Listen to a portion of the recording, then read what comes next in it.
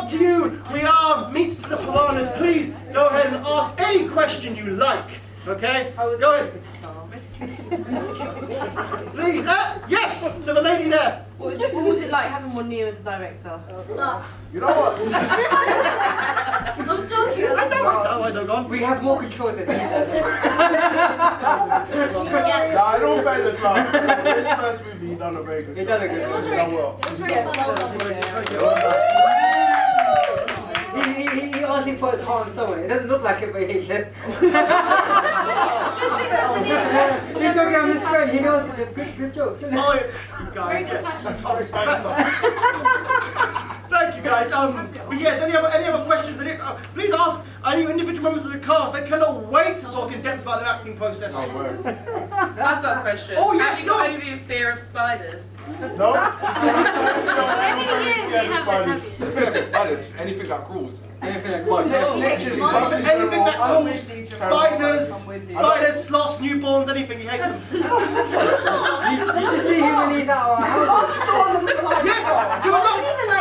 Yes, to the lady, the lovely Pippa. What would be the deal breaker? What would be, right, I'm walking out of set, I can't do it. What would be the deal breaker? I'd say if McNeil like told me like, oh yeah, you have to hold this tarantula, I'll be like, yeah. I'm out. We got to Keep asking and make sure this is recording. Yes, red dots go. Get a tarantula or something for you. It'd be like $1 billion, you know. $1 billion? Oh, Fun fact, Jermal flat out refused to go to Australia because of the spiders. Yeah. Okay. That's not the question. No, any other questions? Oh, yes, to my incredible Asian Kaiwa, go. I was just going to say, if you could play any other characters, who would you have played? That's a good question. I want a Cheshire Cat. Yeah, I was going to say the Cheshire Cat as well. Do that one. That sounds fun. Yeah. You didn't have to do much. You just come in and just went. Yeah. Fun fact: when we were recording that pieces, there was more. Yeah, no, apart from the subtitles. By the way, because I was meant to be a drunk character, apparently that's why the subtitles. Not sometimes because he was a drunk cow, that's why he was slurring his words. But yeah, with the pieces, man, I was like, when I kept saying that, there was more than 7 takes. But because he had to cut it down, there was way more than 7 takes. Taylor just couldn't handle those words. It was hilarious. He says it now. And it's a piece of It's a big deal because Moni explained to me I was meant to emphasize it's the mad. lines Peace, after. it's mad It's mad, but I kept going peace. It's mad. I kept doing that. We just went along with it. I think mine might be with Cheshire Cat as well, or maybe Cheshire Cat. Oh, I did like the Mad Hatter. By the way, that voiceover you heard was from my good friend Daniel Lynch, the greatest drag queen in all of London. Go and check him out. His name is Shakona Fire. That's the drag name on Instagram. But yeah, so that was the voiceover of the Mad Hatter. Josh, by the way, who did the voiceover of the Tube Driver, he had a dash off. But yeah, I think I'd probably be maybe the Mad Hatter, or maybe Cheshire Cat. This looks fun. I know I definitely want the truth. You know what? Jekyll and Miss Hyde would be interesting. So Jermal kept laughing. So the reason why we found so Jermal was fine with me acting as Jekyll, but the minute I put on the top hat, I was going like all crazy. He couldn't handle it. He was in tears. He had to walk away at one point. And the reason why is because I'm there trying to get in depth into my craft, into my acting. And I can see he was holding the camera like this and shaking his hand. You see the camera shaking. And honestly, I was trying to be intense, mad and crazy. And then Taylor's just there like. He kept putting his finger up my nose. The bit when he's like this, every other take, his finger was in my nose. Any other questions? Go with an open book. Yes, to Naveen. Yeah, as a director, what was the most challenging aspect? Oh, organising everything. I think. Yeah. For me, obviously as an actor, I'm used to being told what to do, where to go. By most people in my life, it's an easy life.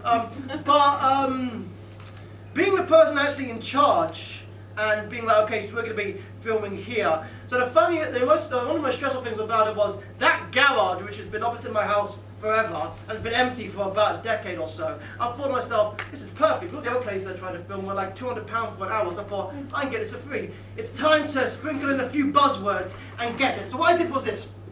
I went to the council. I said, please, can I use this room, this garage for my filming? And they was like, oh, we might not have the key to the lock. And it's like, that's fine. I will change the padlock. Now, you see, I said change the padlock, which sounds better than breaking the padlock off. All you got to do is say it's okay. I went back and forth a few times. I was like, come on now, please. Are you have to, say, I wrote down, I was like, I had to use a sob story, like, come on, please, it's my first directorial debut, you know. You might want to help us out, you know what I mean? Okay, all right then. Oh, okay, definitely. Listen, you can't argue results. So that's when we went in there, and finally I got a bloke from this hardware store, and he came and just broke the lock for me. He said, you know, let me do it. He did it for 20 quid because I was a Viking like him. He had long hair and a beard. You know, there's solidarity between, you know, blokes with long hair and beards. I see it all the time. It's great. But yeah, I think my difficult part was just organising everything, and yeah, but luckily I've got some very reliable people here, which is great. They'll probably even tell you a story how they weren't really asked to be in it. They just sort of was like, you're in it, and they were just like, yeah. I mean, yeah, it was kind of like. Well, yeah, like when they like came to like me and Taylor first, and he was like, oh yeah, so I've written you a script, and then yeah, that was it. Yeah, like like me, like your Michael, I got your character. Wait, for what? For what? I was like, you're gonna be my film. What film? I was like, I only agreed to it because I'm his friend, but I was like, you give me no context. You're just like, here's a character made for you. Here's a film I'm making. Huh? Yeah, because initially I wrote the script for Jekyll first, which currently stands at 350 pages long. I know, big. So I thought it'd be quite naive for my first directorial debut to be what could essentially be a feature-length film, like 2 hours long. So I thought to myself, I wrote a prequel to it, which is what this is essentially. This is a prequel to it. I just sort of teased the whole Jekyll and Hyde thing at the end, and when eventually get round, by God's grace, to making the Jekyll film, you see how it all sort of slots into place. But I wanted to, spend more time behind the camera for this one, so I can get the right look for it, and got these great people here. And what I cleverly did, because obviously my wonderful friends, a lot of their first acting experience. But what I did was I made Tweedle Dee and Tweedle exaggerated versions of themselves. Okay, and as for the Cheshire Cat, well, Michael has a few drinks in him, it'd be interesting. So, so. Not too much stretch from reality, but yeah. And last minute, again, big thanks to Gina and Gina. I was like, hey guys, I need a beginning bit. Could you guys be rubbish ladies for me? Like, yeah. Well, no content. See, they got asked at least. Yeah, I was going to say. So are any of the others actual actors? Are you a non-professional actors? No, We're just all friends. Didn't they do great? Didn't they do great, guys? And so did anybody notice a little Easter egg with their names, with Gina and Gina's names? Mary Shelley. Yes! Mary Shelley wrote Frankenstein. But yeah, I thought I'd put him in there. That's why Shelley's credited first, and I thought it'd be a bit too easy. Any other questions? Fire away, guys. I insist. Go on. Big shout out to my assistant director down there, Ashantai, by the way. Here we go. Here we go. Any other questions? Indulge us. I'm going to point people out. When's the rest of it coming out? Where does the rest of it go? Hopefully Jack will be filming this year. By God's grace. Inshallah, Jack will be filming this year, and might be split into 2 films, Jekyll and Hyde, but yeah. Now hopefully, fingers crossed, God willing, it will be at least start filming this year, and yeah, really excited. I guess I wore glasses to make me look like Jekyll, and I let my hair down to be Hyde. These guys are going to be in it. But oh yeah. Oh yeah. You guys didn't know. Guaranteed, he's just gonna come out now. When You're all gonna be in the next one. when fecal matter hits the fan, that's when you guys are gonna see all of these guys in here, and it's gonna be an amazing collaborative effort. There's gonna be even more people in the next one, and yeah, just a really exciting process. The Tales of Tartarus is the series name. So we Tales of Tartarus, Jekyll, Tales of Tartarus, Frankenstein. I've got my Dr. Frankenstein already. That's my man Ruben. Give him a wave, Ruben. There we go. Do you have a name for your production? At the moment, it's Elmer Seek Productions. I don't think there's any other Elmer Seek Productions. Same way, I think there's only like 3 people with my first name. There's a glamour model, a doctor, and the lead with some bad people in the Middle East with my first name. But at the moment, I'm aiming to be the most famous McNeil in the world. So yeah, we Tales of Tartarus, Jekyll, Tales of Tartarus, Frankenstein, Tales of Tartarus, Van Helsing, whatever. And they will be sort of interlocking together. And what I'm doing, I'm using classic literature characters to draw attention to very important, very real-world things. So the Jekyll film will tackle things like abuse in care homes, gentrification. This one tackled alcoholism and grievous bodily harm. and our underfunded, bin services. You know what I mean? You know what I mean? Because our underfunded public services. So it draw attention to the fact. I totally did that on purpose. You know what I mean? The actual hack in some ways it's been quite good in some ways, but they've not completely cut everything. Oh, we're getting there. But anyway, but yeah. I think they're the most efficient of all the public services. These guys, oh yeah. But the fact that they went bankrupt about 20 years back. Such is life, but we're going to talk about all of that. We're going to address everything using science fiction. Any more? Oh yes, my dear George. Everyone saying happy birthday. Say happy birthday to him. By the way, his birthday the other day. Happy birthday, George. An amazing acting director. Why, thank you. I thought the incidental music worked incredibly well, and I noticed it was all by the same artist. So can you tell me a little bit about that? Yes, of course. So there is a lovely man on YouTube. His name is Mayu. Okay, it's M-Y-U-U. And all of his music is sort of dark undertone. He does dark versions. So you probably heard This Is Halloween on piano. I absolutely love that film. I thought it fit with it perfectly. And what's amazing is that he lets his music be used for free. As long as you provide credit, and he's got like look onto his website. He's got this amazing thing where if you want to use it for your films or YouTube, you provide a credit. If you're going to be distributing your films, you contact him. But he's very approachable, I find. And yeah, it seems like I've watched him a lot on YouTube. I'd love to meet him one day. Have to contact him, just be like, show him this film. But he gets lots of people using his music. Because again, he makes it so open and available to people. He's an incredible artist. And yeah, I find all his music, they'll be dark, they could be exciting, but they've always got a slightly sort of gothic sort of theme to it, as he did there, and I think it just fit perfectly with the film, so I thought I'd use that. Any other questions? Ah, yes! In the documentary, you seem to have like an arm drop scene that I didn't notice in the film. Just before Tweedle Dee and Tweedle run off, they nudged the table, and the body that was inside their body bag, which they were going to eat because they're cannibals, that's what that hand was. And I thought that'd be my Alfred Hitchcock sort of cameo moment, just in there, play a dead body. Did I still just not notice it in the film? I didn't even notice the hand drop out. But yeah, I'm glad you guys like the behind the documentary. I wanted to show you guys how it was all made. I used it most of my time here. So, any other questions? Indulge us. On. What are you going to try and do with this film? Where are you sort of putting it out? Well, I'm gonna put this out on YouTube. I'm also gonna try and make a Blu-ray version of it because it's big and it's lots of megabytes. That's why it's on my laptop and not a disc, because my disc wasn't big enough. And yeah, so hopefully we'll put this on YouTube. Might send it to some film competitions as well. Incidentally, just this entire title scene was actually, I've got to give a massive shout out. See, guys might have noticed the scene with the paper ball being thrown down the drain, and these title things. These are all done by my incredible friend Jake McNeil. This is like, he helped me with the sound mixing, he helped me with the special effects. This is all him. Like this man does incredible work. So yeah, big shout out to him. But yeah, I just like to get any more questions for my amazing cast, because it's not all about me. I am but the man in the background. I am but the canvas. You are the painting. So, any other questions for my wonderful cast? Did one of you feed you while filming? that was our source of payment.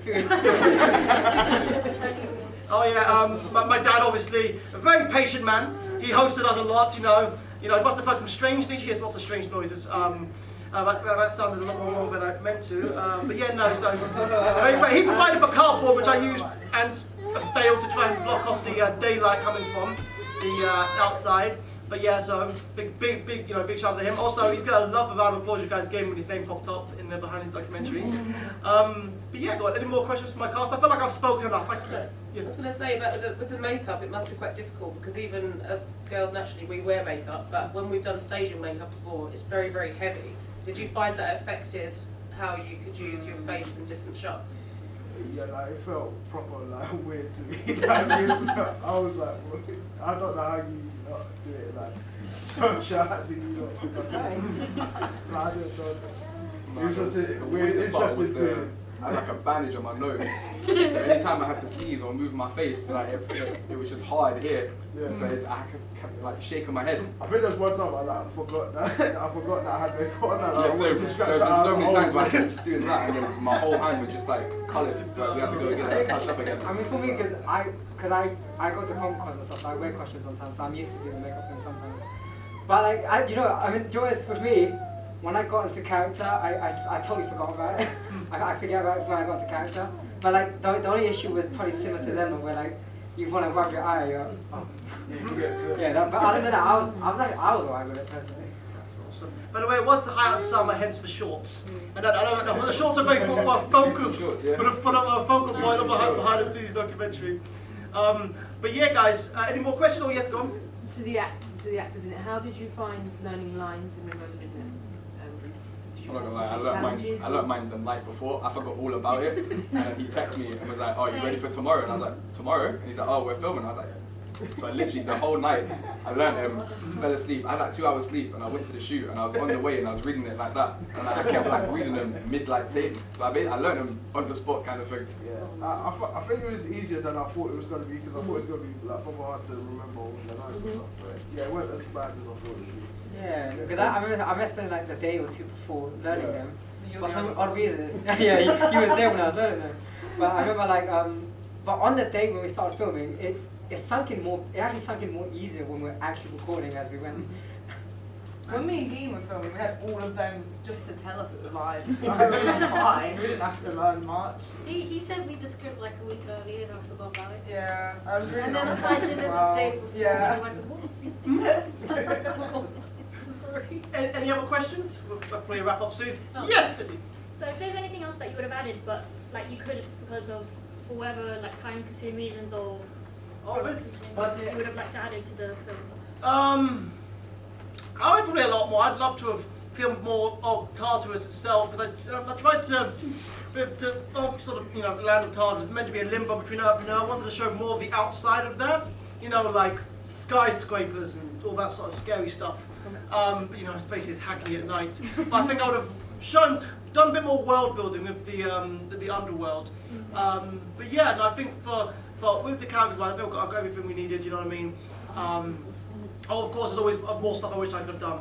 But I think, you know, with what I had, with the time I had, and the facilities and all that stuff I had, I think we managed okay. But I think I would have added some more shots of the outside of Tartarus. I've added some more creatures. I've added like the caterpillar, because essentially Tartarus is Wonderland, but you know, on crack.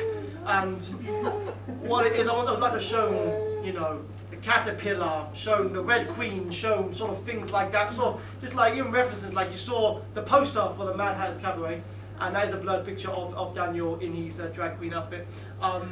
But yeah, more world building, I would say, more examples of this sort of gothic Wonderland kind of thing. Yes, Pippa. For the lovely cast, what would you like to think happens next to your characters now? I don't know if the Bean ladies have much.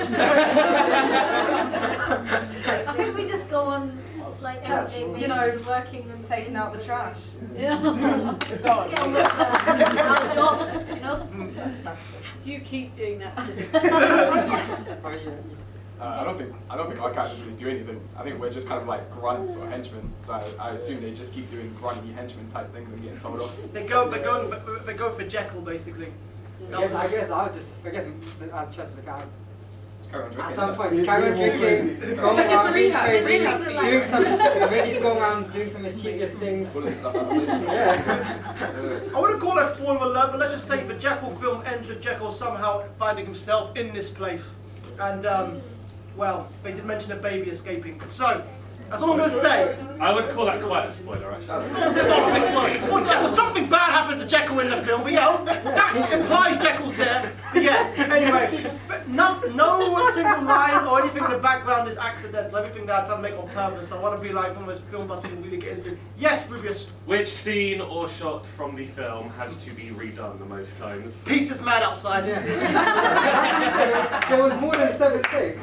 Yeah, that was because he kept laughing. Oh, and me trying to act with Jermal filming me, I was like, you could not handle it, he kept laughing. But yeah, I'd say definitely Michael's pieces mad outside section. True. Any other questions, my friends? Before we have to wrap up in a second. No, we all good? One more. This is kind of human here, again, I'm afraid. But having shot that bit at the end that introduces your character, Has it opened your eyes to maybe some oncoming challenges in having to direct and act at the same time? It is so difficult. I found that when I'm behind the camera, I can get a shot exactly how I imagine it. When you're in front of a camera, you have to give very clear sort of instructions on move the camera this direction, that direction, and I found that quite difficult, especially because I wouldn't know how the shots looked until I watched over them. There's like a few shots we had to redo. The shot of the person giving the bag over for the apple, we had to reshoot. That's actually Taylor's hand with the ring. We had to shoot again because and if I could have behind the camera, could make it look how I want. But I had some amazing assistant cameramen, Jermal and Michael, both chipped in there. And I found that quite difficult, directing and acting at the same time. But it's you know what I mean. I'm glad I did it because now I'll have a bit more of an idea of what it's like to do it in that massive sort of feature film coming. Is that all, guys? Is there any last questions? Let me just double check this camera's still recording. I do not trust it. Yeah. Good boy. Right, okay. So, guys, this table, by the way, look, I've lent you a prop from the film. This will have a lot of money one day. I know, right? Shout out to Amazon. Right. So essentially what I want you guys to do now is thank you guys, first of all, thank you guys all for coming. I want to give a special thanks. I give a special thanks to people who are not here at the moment. So to Josh who had to go, to my friend Jake up in Doncaster who did all this amazing editing for me, to these amazing people here, to Daniel Lynch, please go and check them out on Instagram at Shakona to my wonderful dad who, will not be able to do any of this without him, the most patient man alive. To my dear mum, of course, in heaven, hopefully she's Bobo, and and to God, of course, to Alhamdulillah. I just want to say thank you guys all for coming. I've left some chocolates there for you guys. Now, I think it looks like a bin. It's not. It's a bucket, I promise. And if there's any spare change you want to chuck in there that helps go towards the cost of the screen, I'll always be gratefully appreciated. And there's also, I've left some notes here. And what I want you guys to do, I want you guys to write down, it can be anonymous, it can be anything you like, I want you to write down on here what you thought of the film. It can be good, it can be bad. I'm looking for the pen that rolled off, by the way. And that's why I'm here. It can be good, it can be bad. I want you guys to write down whatever you think, you can put down your name or not, fold up, put that in there, help yourself do some chocolate, and I'm going to say, can we please give everybody a big round of applause, please? I'm going to do the most actor thing ever now. Oh yeah, and 3, 2, 1. Woo! Thank you guys very much, and a big shout out for Sophie, guys. Give me a